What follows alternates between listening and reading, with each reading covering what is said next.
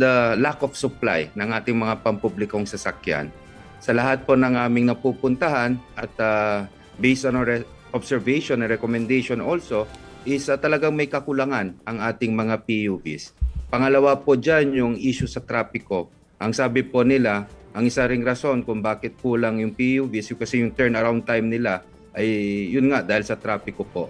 Tapos yung mga infrastruktura po natin na supposedly magbibigay ng kaginhawaan sa ating mga pasahero ay wala po.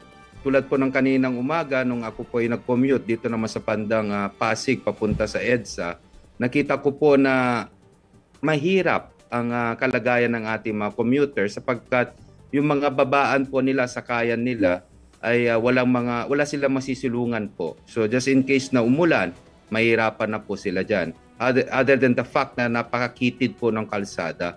So dapat nga po may bike lane dyan at naiintindihan ko hindi na po nagagamit yung ating bike lane dahil po ang kitid po ng ating kalsada. So, Sec Giovanni, sabihin, kahit sinasabi ng ilang mga observers sa parang, naku, baka parang papogi at saka pakitang tao lang to.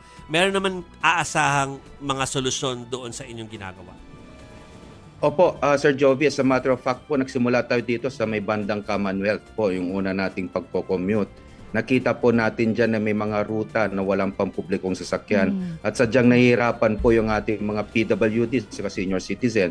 So because of our usual commute na sinasabi natin ng mga opisyal, sila na po mismo ang nagsabi na kailangan natin maglagay na o magdagdag ng PUV sa specific routes na sinasabi nila. So after experiencing that problem po, nag-issue tayo kaagad ng sinasabi nating special permits. At ito naman po ay natugunan natin. Ito din yung mareklamo ng ating mga citizens. So ito yung mga bagay po na unless we feel it ourselves, we see it ourselves, yung talaga nakikita po namin at nararamdaman po namin bilang mga opisyal ng kagawaran ng transportasyon, hindi po namin matutugunan to ng madalian kung makikinig lang po kami sa aming mga staff. So ang sinasabi niyo pong kulang ng PUVs, of course PUV medyo malawak siya. Specifically ano po, yung mga jeep, ganun po?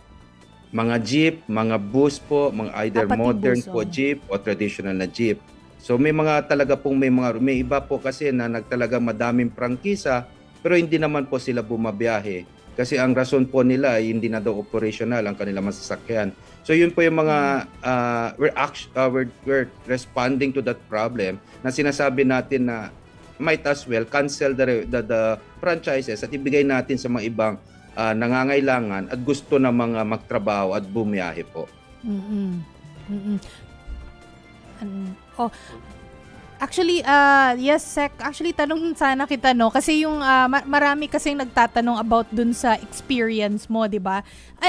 Kasi usually, siguro nagkukotse ka before, di ba, Sec? Opo. Oo. Opo. So, ilang oras ang nasayang mo dun sa iyong biyahe at naging epekto sa'yo personally? Easily po, when I first commuted po,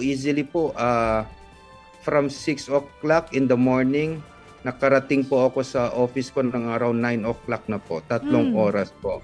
At kapag private car, I can take that usually by that mga ganong oras po. Mga 1 oras lang po sana from my house until sa office po namin. So yun yung nararanasan ng ating mga ordinaryong kababayan. At yun naman po yung gusto nating tugunan kasi po nakakahiya talaga po.